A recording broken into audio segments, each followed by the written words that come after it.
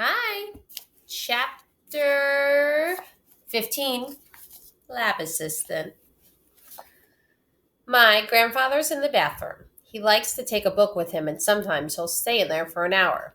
My mom has started to jokingly call it his office. The doorbell rings, so I answer. I don't know who I'm expecting to see, but it certainly isn't Raj. Hey, Ellie, he says. He's wearing his usual black outfit. I smile back weakly. Hi? We stand there for a minute. Raj shifts on his feet. So you're going to invite me in? I stand back. Oh, sure. Come in. He walks into the foyer and looks around the hallway. Is Melvin here? Confusion floods me. You're here to see Melvin? Before he can answer, the toilet flushes and my grandfather emerges from the bathroom. You're late, my grandfather informs him. Yo, Dr. Sigarsky, he says. I'm dumbfounded. You told him? I asked my grandfather. Why not? My grandfather waves a hand at Raj's earring. Who'd believe him anyway? I almost didn't believe it, Raj admits, but it's amazing what you can find on the internet. He holds out a piece of paper. It's a printout from an old newspaper article. It says, Fresno boy wins Central Valley Science Fair. Next to the article is a picture of my grandfather with the caption, Melvin Sigarsky, age 15. He looks exactly like he does now, except with a crew cut. I think I like you better with short hair, Raj says to my grandfather. Try being bald for 30 years and see how fast you cut your hair when you get it back, my grandfather says. By the way, did you know you have a fan club in Finland? My grandfather preens. They have t-shirts now. I saw that, Raj says. I'll buy one when they come in black. Let's get to work, my grandfather says. Work? I echo. He hired me, Raj answered. I turned to my grandfather. You're paying him? My grandfather looks unconcerned. I have plenty of money. Start saving now. Compound interest is a wonderful thing. But why him? He has all the qualifications I require in a lab assistant. Oh, I say, and feel oddly hurt. I thought I was his lab assistant. Raj gives me an ironic smile. An older brother with a car. My grandfather has a plan to get into the building 24, and it feels like it's straight out of a spy movie. We'll go at night when there are fewer people around. Just a few lab assistants running experiments. And a security guard, of course. But my grandfather has that covered this time. Raj will ring the front bell to create a diversion. While the security guard is distracted, my grandfather will use his key card to get in the back and grab the Team Elvinus. Raj's brother will drive the getaway car. It's a perfect plan, my grandfather says, and it's much easier than taking all those buses. He picks a night when my mother has late rehearsals, so she won't know about our criminal activity. I'm hauled up in my bedroom looking at microscopic photos of bacteria on the internet. I want to learn more about the whole cheese thing. Bacteria are strangely beautiful. Some are cylindric, some are coiled, some are spheres. They have impressive names. Escherichia coli, Bacillus megaterium, Helicobacter pylori. I'm doing my best here.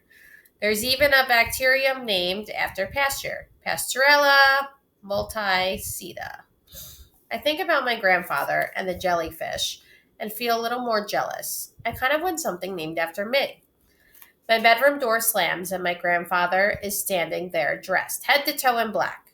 He's raided my mother's closet and is wearing her favorite black t-shirt and a black leather jacket from her punk phase in college. Even his legs are in black. Are those mom's leggings? I ask him. Is that what they're called? He hurries me along. Time to go. Our ride is here. A car is idling at the curb, Raj's brother behind the wheel. We get in and Raj introduces everyone. This is my brother, Anada, Raj says. This is Melvin and Ellie. Anada just nods and cranks up the radio. By the way, Raj says, I have to be home by 9:30. It's a school night. This shouldn't take long, my grandfather says, holding up our picnic cooler. We'll just grab Team Elvinus and go. The trip is a lot faster than taking the bus. When we arrive at building 24, there's only one car in the lot. We cruise by and then park down the street. My grandfather hands a ski mask to Raj and pulls one over his head. Seriously? Raj asks. They have security cameras, you know. Great, Raj mutters. They take off into the darkness, and Anada and I sit in silence listening to the radio. His eyes meet mine in the rearview mirror. Do you do this sort of thing a lot? He asks me. Just once before, I tell him. We don't have to wait long. My grandfather and Raj jump up to the car and jump in. Drive, my grandfather shouts as we take off. Did you get it? I ask my grandfather. I couldn't even get in, he barks. Raj looks at me. His key doesn't work anymore. They must have deactivated it. My grandfather grumbles the whole way home. When they drop us off, Raj leans out the window and calls my grandfather. You still have to pay me.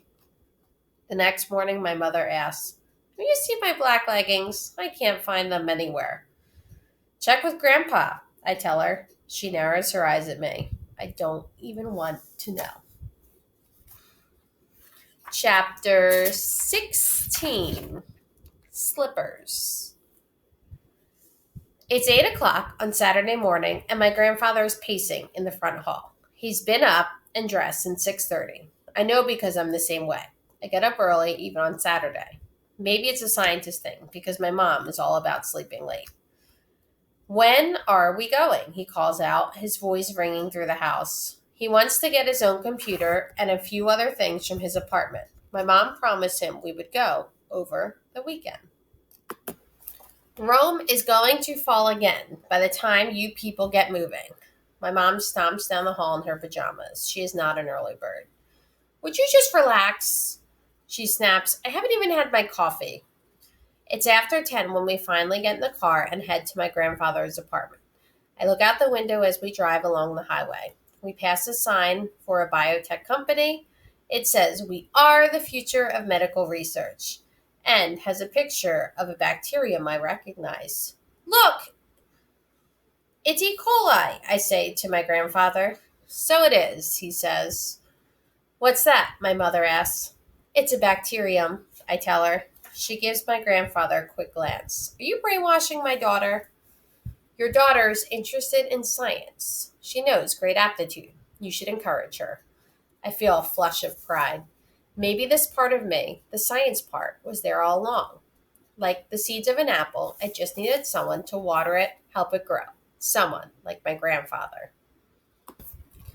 When we get off at the exit, my grandfather says to my mom, drive by the old place. He lives in an apartment building now, but when my grandmother was alive, they lived in a house. This is where my mother grew up. My mom parks next to the craftsman-style house with the big blooms of lavender out front. There's a tricycle in the driveway now. My grandfather says, your mother's lavender is still there. Look, they put in new windows, my mom observes. Your mother would be thrilled, he says. And for some reason, they both laugh. I don't know if the memories I have of my grandmother are actually real, or if they've just told me so many times. How she wore chopsticks in her hair and how she stitched up the hole I chewed in my baby blanket so it looked like perfectly new again. What I do remember is a feeling. People shouting less, laughing more when she was around. It's nice to see family living in the old place, my mother says. Life goes on. My grandfather just stares at the house. I haven't been up in my grandfather's apartment for a while now. It's like walking into 1975. My mother murmurs under her breath, the old furnace is old. There's a yellowy orange velour couch that has a plastic cover on it, a matching orange recliner. When I was little, tipping the wooden handle and lying back. I remember playing with the lounging chair when I was little, tipping the wooden handle and lying back. Seriously, Dad, my mom says, running her hand along the couch. Maybe you should think about getting a new couch. I like that couch. I don't want to get rid of it. Your mother picked it out. There are piles of scientific periodicals and little china figurines of fat-faced children that belong to my grandmother. Everything is a tiny layer of dust on it. I wander over to the kitchen. Sitting on the counter is a huge cookie jar in the shape of a brown owl. I take off the lid, peek inside. Inside of the cookies, there are packages of soy sauce. Instead of cookies, there are packages of soy sauce. Guess that solves the mystery of where all the soy sauce ends up. My grandfather goes to the roll top desk and opens it. He starts gathering papers and notebooks. Ellie, he orders, there's a suitcase in the bed closet. Get it out for me? Okay, I say. The bedroom is just like I remember. The furniture painted white with dark knobs. The bedspread is flowery and quilted and has a sheet on it. There are two dressers, his and hers. My grandmother's dresser looks like it has been dusted, and there's a vase with dried lavender on top of it. But my grandfather's dresser is crowded with stuff. A jelly jar full of coins, a framed wedding photo of him and my grandmother, piles of receipts, pens with the logo of local bank, toothpicks, dental floss, two pairs of glasses, random buttons, and folded cloth handkerchiefs. In the middle of the mess is an old faded greeting card propped up next to a teddy bear. It says, Happy Anniversary, in flowery script on the outside. I recognize the handwriting inside the card. It's the same as in the recipe box. To Melvin, happy 1 year anniversary, your blushing bride. Mona. I go to the closet and take the suitcase out. It tumbles to the floor, the top falling open. As I'm zipping it up, something nearby catches my eye. I feel like a scientist making a discovery. Except it's not a vaccine or a bomb. It's a pair of fuzzy pink slippers. They're tucked neatly under the bed, as if waiting for the owner to slip into them again. We are going to stop there for today, and we will pick up with chapter 17 next time. Thanks for watching.